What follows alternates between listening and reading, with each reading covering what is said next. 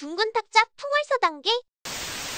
이전에 고1이 된 여학생이 1학기 중간고사를 치고 자신이 예상했던 것과 너무 다른 결과로 울상이 돼서 상담을 요청한 적이 있었습니다.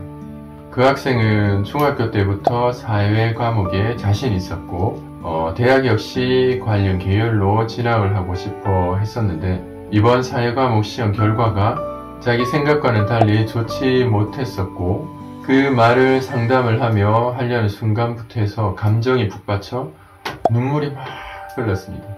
그래서 천천히 달래면서 또 다독이면서 어떤 상황인지 묻고 그 얘기를 들었었는데 학생 얘기는 정말 열심히 공부를 했고 책에 있는 것도 꼼꼼히 봤고 필기한 것도 다 외웠고 수업도 정말 잘 들었는데 시험 성적이 엉망이라는 것이었습니다. 안쓰러운 마음에 이런저런 얘기를 하다가 겨우 마음이 진정이 되었을 때 여러가지 확인을 해봤습니다. 시험을 치고 나서 오답 정리는 했는지 대답은 아니요, 마음이 너무 안 좋아서.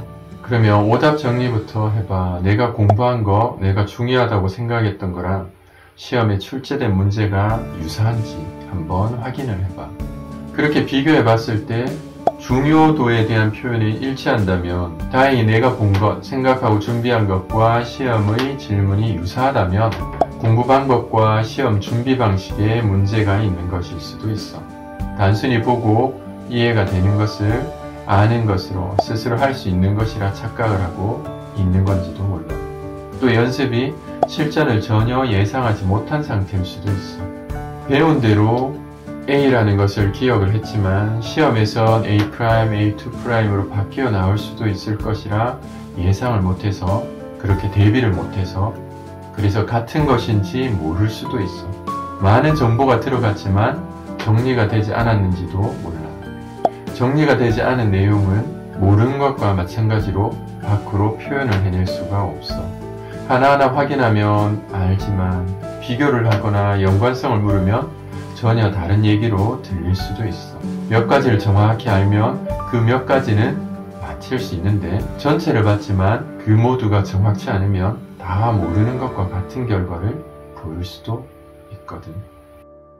아니면 전체 내용을 봤다, 이해했다, 내가 좋아하는 과목이라 좀 더 거부감이 없는 상태로 순조롭게 잘했다 등의 호의적인 생각으로 막연한 기대감만 키웠을 수도 있어. 실전을 가정하지 않은 연습은 그 의미를 잃기 쉬우니까. 그런데 문제가 되는 건 일치하지 않는다면 그러면 너무 곤란해. 너는 분명히 열심히 공부를 했다고 생각을 하지만 어쩌면 중요도와는 달리 불필요한 것들을 기억하느라 선생님이 말씀하신 것과 다른 것들을 기억하고 이해하고 신경을 쓰느라 시간을 낭비했는지도 몰라. 수업을 잘 들었다고 하지만 선생님이 전달하는 것, 중요하다고 하는 것과 다른 정보를 듣고 또 기재하고 있었는지도 몰라.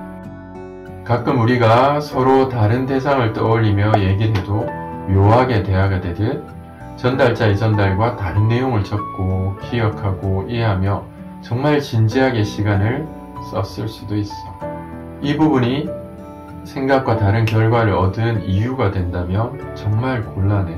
내가 지금껏 듣고 보고 이해하는 과정에 문제가 있는 것이라 다시 전달자를 보고 귀를 기울이며 그 전달자의 말 그대로 이해하려는, 그 전달자가 원하는, 중요하다고 생각하는 그대로 이해하려는 연습을 해야 해.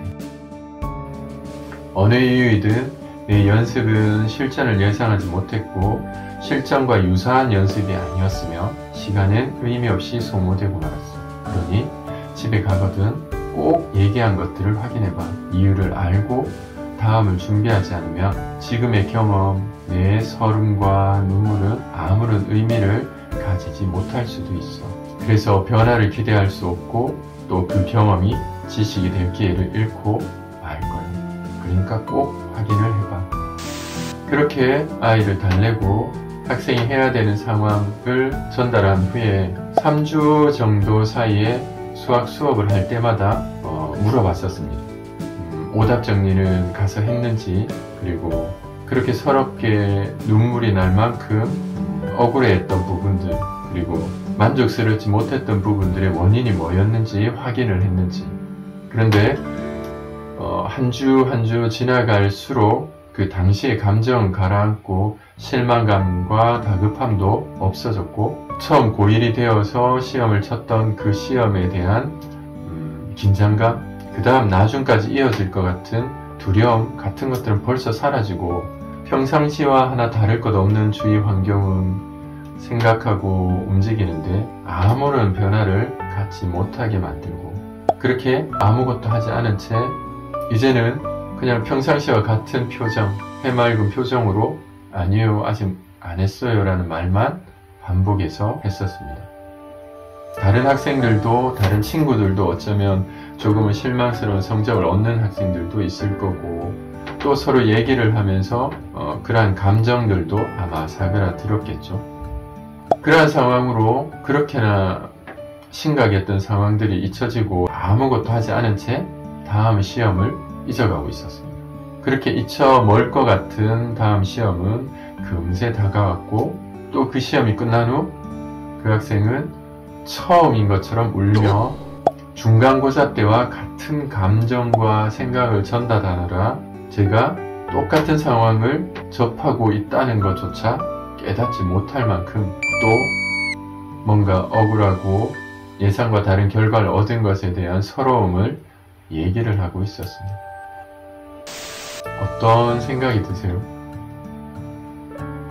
이게 소수의 학생들에 대한 얘기가 아니라 다수의 학생들이 1학년 때부터 3학년이 되는 상황까지 거의 유사한 과정을 생각할 겨를 없이, 어쩌면 변화를 줄 기회조차 한번 잡아보지 못한 채로 반복을 하는 경우들이 있습니다.